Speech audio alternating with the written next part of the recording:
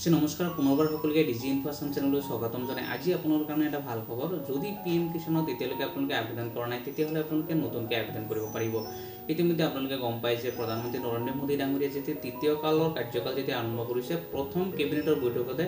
যিসমূহ কৃষক আছে কৃষকৰ উন্নতিৰ কাৰণে যাতে কৃষকসকলে ভালকৈ যাতে খেতি বাতি কৰিব পাৰে তাৰ কাৰণে প্ৰথমতে 20 লাখ কোটি টকাৰ ইতিমধ্যে যি পেকেজ আছে এই পেকেজ ঘোষণা কৰিছে ইয়াৰ ভিতৰতে চাওক এতিয়া প্ৰধানমন্ত্ৰী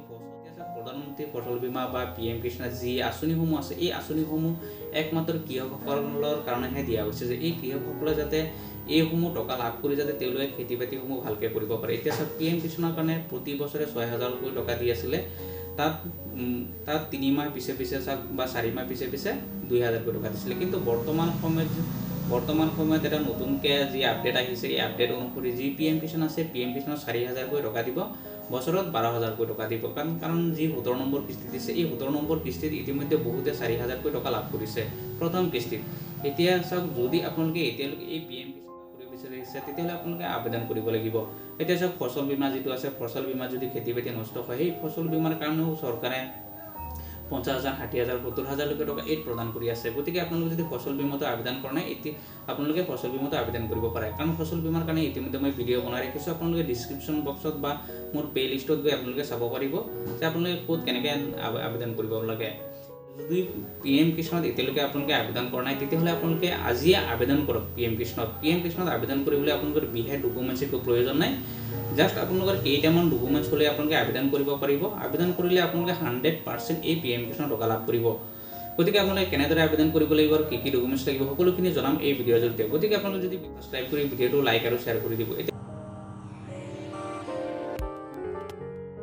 এতিয়া প্ৰথমতে চাওক এটা কথা আপোনালোকে মনত ৰাখিব পিএম কিষাণ আবেদন কৰিবলৈ আপোনালোকে নিজেও আবেদন কৰিব পাৰিব বা আপোনালোকৰ ওচৰত যদি সিএসসি চেণ্টাৰ আছে বা কম্পিউটাৰ চেণ্টাৰ আছে তাত গৈ আবেদন কৰিব পাৰে এতিয়া আবেদন কৰিবলৈ আপোনালোকৰ যদি পিএম কিষাণৰ সাইট আছে পিএম কিষাণৰ সাইটত যাব পিএম কিষাণৰ সাইটত আহাৰ পিছত তাত আপোনালোকে দেখা পাব নিউ ফাৰ্মাৰ ৰেজিষ্ট্ৰেশ্যন লিখা আছে আপোনালোকে নিউ ফাৰ্মাৰ ৰেজিষ্ট্ৰেশ্যনত গৈ আপোনালোকে আবেদন কৰিব তাত আবেদন কৰিবলৈ আপোনালোকৰ যিটো আধাৰ কাৰ্ডটোই মেইন আৰু আধাৰ কাৰ্ডটোত আপোনালোকে এটা কথা মনত ৰাখিব আধাৰ কাৰ্ডত যিটো মোবাইল নম্বৰ লিংক আছে আপোনালোকে সদায় এই মোবাইল নম্বৰহে আপোনালোকে ব্যৱহাৰ কৰিব তাৰপিছত আপোনালোকৰ ৰেচন কাৰ্ড যিটো ৰেচন কাৰ্ড আছে আপোনালোকে ৰেচন কাৰ্ডটো দিবই কাৰণ ইতিমধ্যে চৰকাৰে ঘোষণা কৰিছে যিসকল মানুহৰ ৰেচন কাৰ্ড আছে তেওঁলোকে পিএম কিষাণ হওক বা চৰকাৰী আঁচনি যিসমূহ আছে তেওঁলোকে 100% লাভ কৰিব গতিকে আবেদন কৰাৰ সময়ত আপোনালোকে ৰেচন কাৰ্ডটো দিব তাৰ লগত যিটো বেংক পাছবুক আছে বেংক পাছবুকটো দিব আৰু বেংক পাছবুকটো সদায় আপোনালোকে এটা কাম কৰিব যিটো ডিবিডি লিংক আছে সেই ডিবিডি লিংক থকা বেংক পাছবুকটোহে আপোনালোকে দিব তাৰপিছত আপোনালোকৰ যিটো জবানবন্দী কপি আছে জবানবন্দী কপি দিব জবানবন্দী কপিত যদি আপোনালোকৰ নিজৰ নাম থাকে তেতিয়াহ'লেতো কোনো প্ৰব্লেম নাই যদি আপোনালোকে দেউতাকৰ নামৰ মাটি যদি দিছে তেতিয়াহ'লে আপোনালোকে দেউতাৰ লগত থকা লিংক যিকোনো ডকুমেণ্টছ এটা লগত দি দিব কাৰণ প্ৰথমতে আপোনালোকে চাওক যেতিয়া আধাৰ কাৰ্ডটো দিয়ে যদি আপোনালোকে আধাৰ কাৰ্ডটো দিয়ে আধাৰ কাৰ্ডত বহুতৰ নিজৰ দেউতাকৰ নামটো নাথাকে কেয়াৰটো নাইকিয়া হৈ যায় গতিকে আপোনালোকে তাত ভোটাৰ আইডিটো লগত দি দিব তেতিয়াহ'লে 100% আপোনালোকৰ এই পিএম কিষাণৰ ফৰ্ম কেতিয়াও আপোনালোকে ৰিজেক্ট নহয় যেতিয়া এই সকলোখিনি দি পেলাই আপোনালোকৰ যেতিয়া মাটিৰ দাগ নম্বৰ পাট্টা নম্বৰখিনি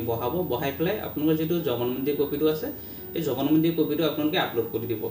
আপলোড কৰাৰ পিছত যেতিয়া আপোনালোকে সাবমিট কৰি দিব সাবমিট কৰিলে 100% সাকসেসফুলি হৈ যাব তেতিয়া ফাৰ্মাৰ আইডি এটা ওলাব আপোনালোকে এই ফাৰ্মাৰ আইডিটো আপোনালোকে লিখি ৰাখিব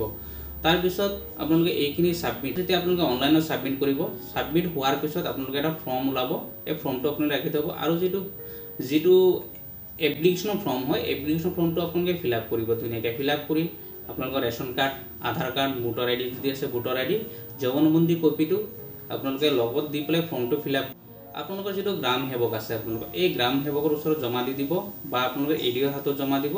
বা যদি এডিঅ'টো নিদিয়ে তেতিয়াহ'লে আপোনালোকৰ যিটো এগ্ৰিকালচাৰ অফিচ আছে এগ্ৰিকালচাৰ অফিচত জমা দিব আপোনালোকে এই পিএম কিষাণৰ ফৰ্মসমূহ যেতিয়া আপোনালোকে এগ্ৰিকালচাৰ অফিচত জমা দিব তেতিয়াহ'লে আপোনালোকে 100% মনত ৰাখিব যে 100% আপোনালোকৰ এই পিএম কিষাণ এইখিনি হ'বই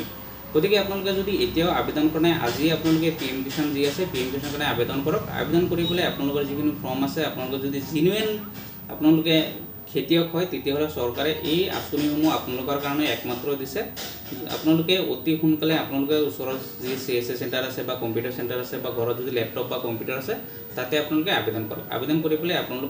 আপোনালোকৰ যি এগ্ৰিকালচাৰ আছে তাতে জমা দিয়ক আপোনালোকে 100% আপোনালোকৰ পিএম কিষাণ হ'বই যদি ইয়াৰ পিছতো যদি আপোনালোকৰ কিবা অসুবিধা হয় যদি আপোনালোকৰ তেতিয়াহ'লে মোক কমেণ্ট কৰি জনাব নেক্সট ভিডিঅ'ত আপোনালোক সকলোখিনি জনাম যদি আপোনালোকৰ কিবা প্ৰব্লেম আছে